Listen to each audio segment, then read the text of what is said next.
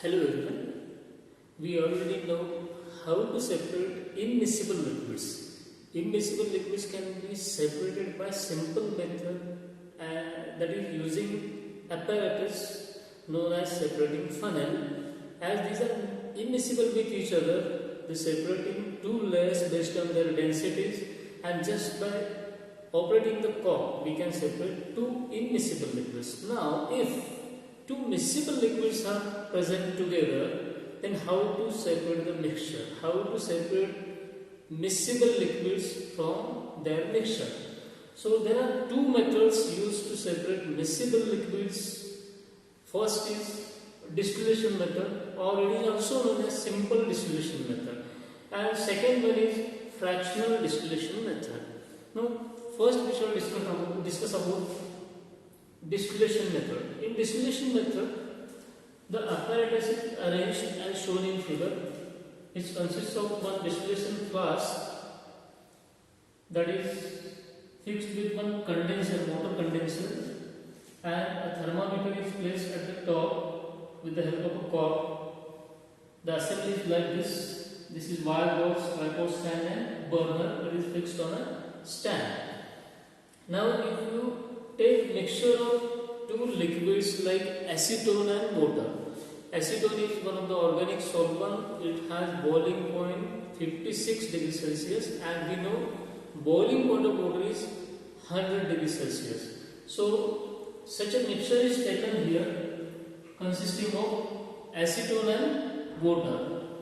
Now if you start heating slowly, as acetone has low boiling point compared to water, the fumes of acetone, the vapors of acetone will start moving towards this outlet and they pass into this condenser. As these vapors reach here, as water is circulated in this condenser, the water is circulated from this end so that it rises here in the outer jacket. This inner tube is hollow and there is presence of outer jacket.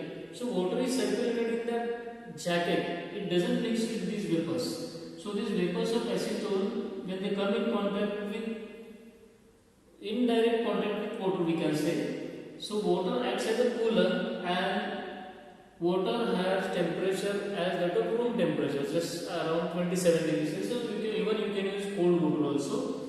So when acetone fumes reach here, they start condensing inside this small tube. Please remember here, please keep it in mind, this water and these fumes are not in contact with each other. The water is circulated in the jacket of the water condenser. So it is released, water is released from here and outlet is here. This is a continuous process. It is attached to a tap and outlet is released in the basin. So as these fumes of acetone reach here, this starts condensing. The condensation starts and acetone gets accumulated in this beaker. And temperature, when you started in the beginning, the temperature increases slowly, and when acetone starts boiling, the temperature of this mixture remains constant at 56 degrees Celsius because acetone is boiling. So till all acetone gets boiled up, the temperature remains 56 degrees Celsius. That can be noted here. Now when temperature starts increasing above 56 degrees Celsius, you have to remove this beaker, and then we must place another beaker here because acetone is separated. Now whatever content will be distilled out afterwards, that will be of water. Now slowly the temperature starts increasing and it reaches 100 degrees Celsius. At 100 degrees Celsius, the fumes of water find their way in this condenser and they get condensed in similar way as that of acetone.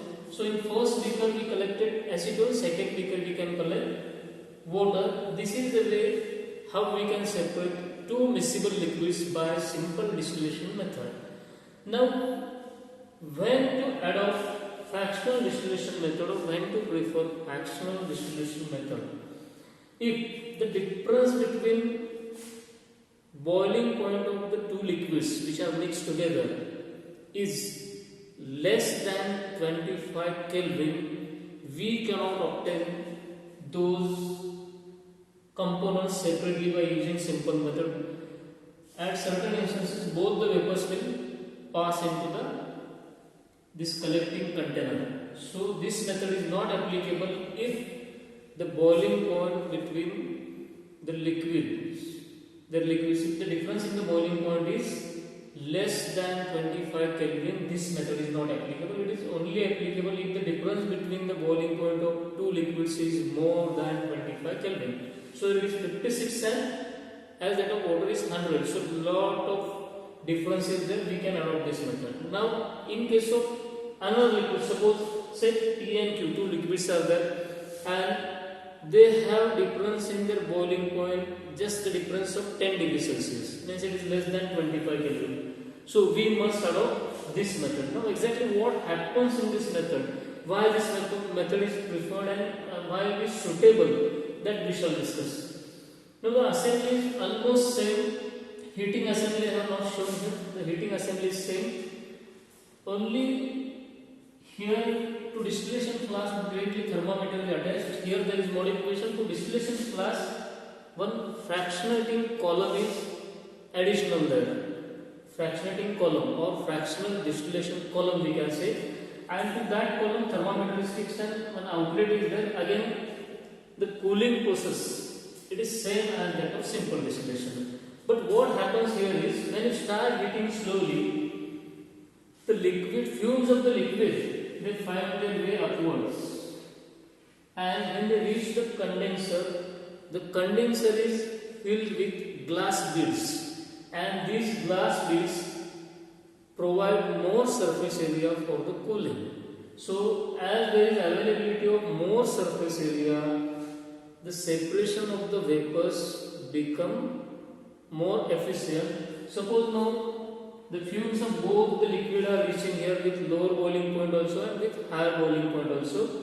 Then the fumes of the liquid with higher boiling point will get cooled here because lot of surface area is there, and again that liquid will fall down in drop gauge manner in the flask. And only the fumes of liquid with lower boiling point, more fumes will be there. Those fumes will reach this water condenser and you can separate out a fraction, one component of this, that is P. Suppose P has less boiling point, so first P will be distilled out and then Q will start boiling and it will be distilled out. And temperature again is same way, it remains constant when P is getting distilled, then it goes on increasing and it remains constant when Q is boiling and till it is boiled out. So this is the simple difference between simple distillation and fractional distillation. There is additional fractionating column, and the use of that fractionating column is it provides more surface area and it ensures better separation of the liquids which have difference in their boiling point less than 25 Kelvin. Thank you.